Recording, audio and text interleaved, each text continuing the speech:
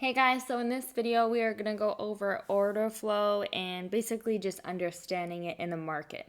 So order flows are known as transaction flows basically. So what that means is a trader believes that the price will move and then decides to execute an order slash transaction in the market. So for example, there are some traders that enter a limit order or stop order and it executes at a certain price, or the market will hit your stop loss and then executes, or some that have a high spread and it executes right away because they don't want to miss out on that specific trade just in case it doesn't hit their limit order. So basically, once you set a limit or stop loss, this generates a more passive form of order flow. That's basically what it means.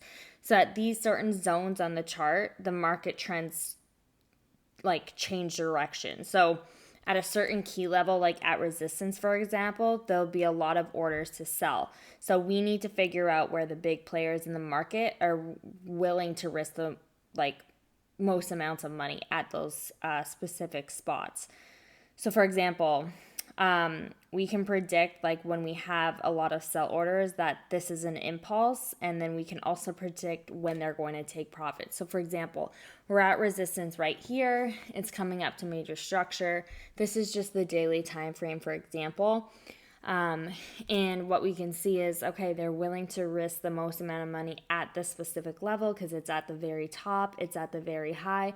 So then once we have an impulse and it starts to change direction, they're going to start taking profits right when we hit like a support level, basically, is how it works. So that's why when you're trading like with Fibonacci, for example, the 61.8 and the 50% come in handy because they tend to get back on the market with those levels. So that's why we need to look for areas where to buy and sell.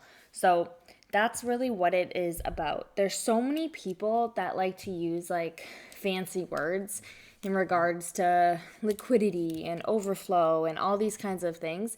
It all means the same shit. Like it does. And so I like to keep things really, really simple, because if you keep things simple, you'll be able to understand it more and you'll be able to be more consistent. So there's lots of people on social media, for example, that try and sell products that have to do with order blocks or whatever it is. You don't need it. Trust me, you don't. And I'm going to explain this. So starting with the zones, we want to figure out, okay, where are the major zones in the market? So for example, just looking at the daily time frame, we have a daily zone here. Sorry, not a daily zone. We are on the daily zone, but we have a major zone here. So this is the high. We had a major zone here where it reversed. Okay, so I'll just mark it up like in this area. We have a low here.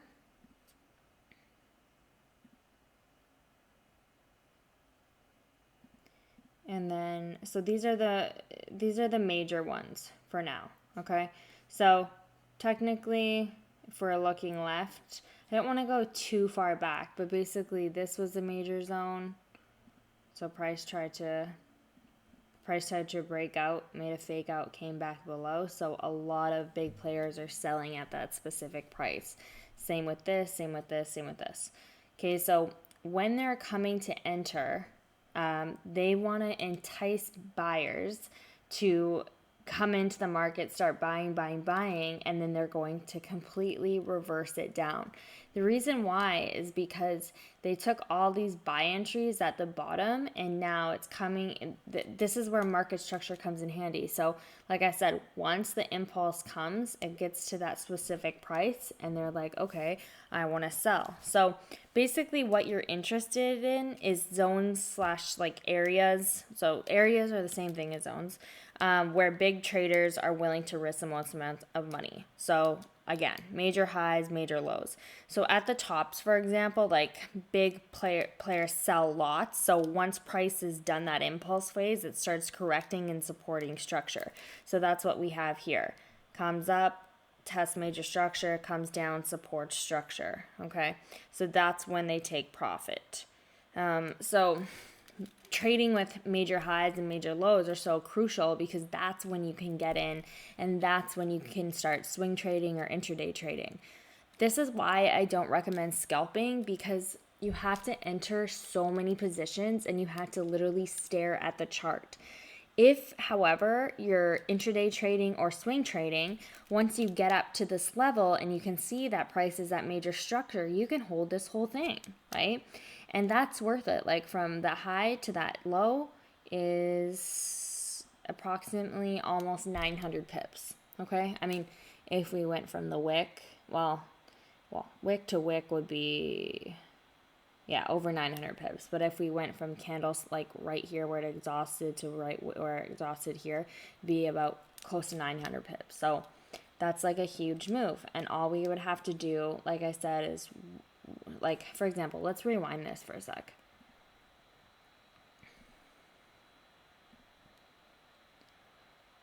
And let's go on the 4 hour. Okay, so right here we can see that the market had, for example, a W pattern and then corrected a little bit, but it literally just kept going and going and going, okay? So came to this structure. If we go to the 8 hour, let's just look left, see if we have anything here. Sometimes you have to go to the daily if there's not, like if it's too messy. So let's just take this like this. Okay, so what's happening here is it's testing this prior structure on the left-hand side. Okay, so it bounced a couple times, came up, then rejected, came down, and this zone never got retested. So what's happening now is this zone is getting retested here. It's coming up to major structure, and that's when they're willing to risk the most amounts of money. And that's where we want to get in. We don't want to get in the middle of the zones. Like that's more riskier. We want to get in at major structure. And I'll talk about getting in on like the retest zones and stuff like that. But for now, I just want to show you like how important it is to get in on major structure. So for example, so we're at major structure. We had a wick rejection saying, okay, price is not going to keep going. It's going to close above this zone. So then let's jump. Oh crap! 1 sec. Sorry. So we jump down on the lower time frames. Okay. So it's looking like we're rejecting. And again, like you're looking at 4 hour structure or 8 hour, it doesn't matter. If, like I said, there's less price action on the 8 hour, more price action on the 4 hour, obviously. So if you want to keep it all together, go on the 8 hour. Once it hits that major structure, that's when you can start looking at the lower time frames, like the 30-minute or the 15-minute or whatever you want, to get that precise entry and that smaller stop loss in that sense. So for example, like it's exhausting around here, and you can see like on the bigger time frames that it's faking out. So anywhere in this box, anywhere in this zone is where you can take an entry. So we have, what's the exact price? Let's see here. So it would be anywhere from like 140, like anywhere in the zone, to be honest. 141, 7, 141, 6, 141, 5, like anywhere in this, because you can see, okay, it faked out and it's closing below structure. Okay, so the more exhaustion you have, the more you know. So for example, we can get that on the 30-minute time frame. So came up, this is a false breakout, right? When we're looking at a higher time frame, this is a false breakout. So even once that false breakout creates, we could take an entry right after this bearish candle technically. So we could have took it at 141.8. But let's say you missed it and you're just waiting. I mean, still, anywhere in that zone is where you can take an entry. So move sideways, comes up and tests. So technically, if, like I said, if you missed it after that false breakout, you could take it right here. Okay. So this case 141,850. Make sure you're always rounding, and then your stop loss can be as close as you want technically because it's already tested many times. You're having that confirmation on the higher time frame that this is a false breakout. It's hitting major structure. There's no confluence that it's going to end up breaking. It came back down, false breakout, didn't have any type of retest off this zone to keep going up. So this is your chance to take a sell. And then also, like, we had a huge impulse. And so again, the market needs to correct and it's at major structure. So then looking at the 4-hour time frame, you're just following the targets. So this would be our target 1. Okay. So to get this exact price, let's go on the line chart. Horizontal line. Let's change this color. Let's change it to blue. Okay, round coordinates. Let's round it to 75. Okay, so 140, around 140,075. So why we have zones is because anywhere around this area, so 142, 140, 150, 141, 140 is where we can look for exhaustion of price to either move up or break and continue down. That's all really what it is, because price isn't going to touch that same price every single time, right? Or else we would make money all the time. So that's what the zone purpose is for.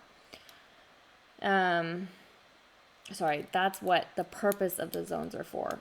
Sometimes I can't get my words right. Okay, so for example, we had the impulse correction, price continued down, so we corrected in here. Okay, so it continued down, and so now this would have been our first target. Okay, so from here to here is 180 pips. Okay, so we put our target at 140,075.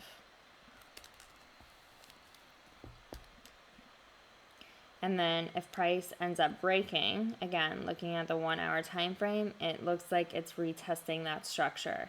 Okay, so that could be our retest zone. It could be our an extra entry zone if we wanted it to. If you want to take an extra entry for a sell at the retest zone, then you can. If you want to take profit for 177 pips, and then that way you have profit and you want to get back in for that retest, like, that's totally up to you and whatever you feel comfortable with and whatever you are consistent with.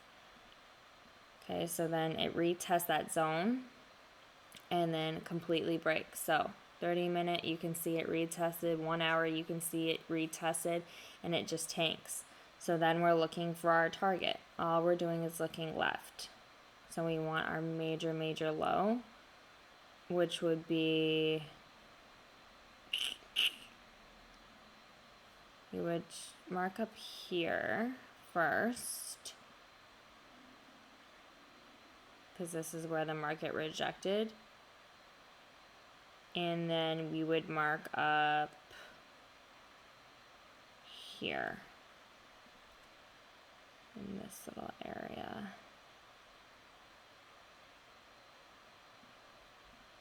Okay, let's get rid of this.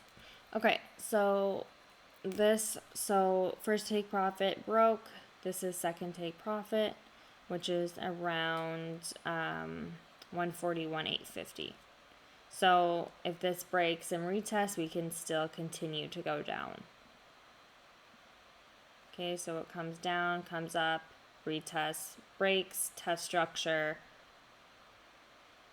and then continues down. Okay, so again, just extending the targets and looking left to structure. See, we already had this high and this low already marked up. Since this is a major high, it should start shooting up again. Let's see.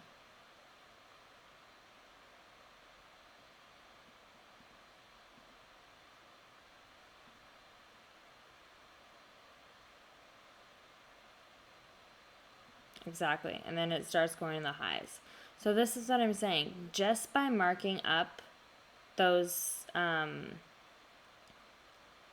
rejection areas, you can see that when, like, you can see we marked up the high, we marked up the low. This was like a minor rejection now that I see it, because if you look left, I'll show you. If you look left,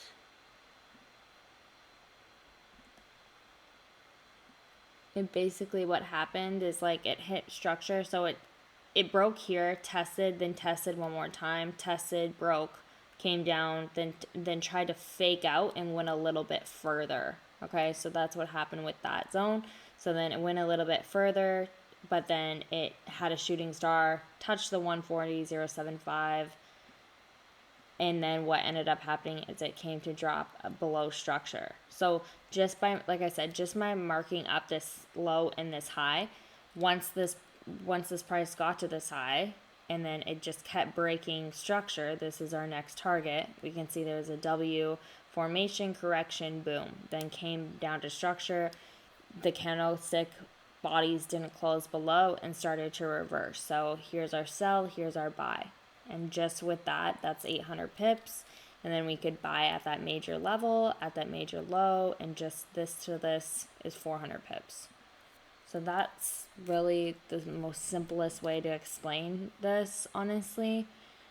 And rounding your prices is super, super important, and I'm going to get to that in the next video. But all you got to do, like I said, daily mark up your high and low zone, see what the bigger picture is, then just drop it down. And you're looking at higher time frames, like once it gets to major structure. So for example, this low, once it gets a major structure on 4 hour or 8 hour, you can take it to the 30, and you can see how it's rejecting on the 30, and then get your, let me find this now, and get your precise entry. So the 30 minute, there's so much price action here, so you want to up it, and you want to go to the 1 hour, okay? And then with the 1 hour, like I said, there was so much momentum coming down that now it's moving sideways, but it eventually respects this zone and starts moving up, okay? So that's why you want to jump on the higher time frames when it hits that, because you need to see the bigger picture, or else the 30 minute and the 15 minute is going to confuse you because there's so much price action at that level. Let me know if this makes sense, okay? It's like I said, this is a lot of practice. It's not easy by all means, but once you go through zone to zone and you just keep practicing and back testing, you'll start to understand how it moves and where to take the entries.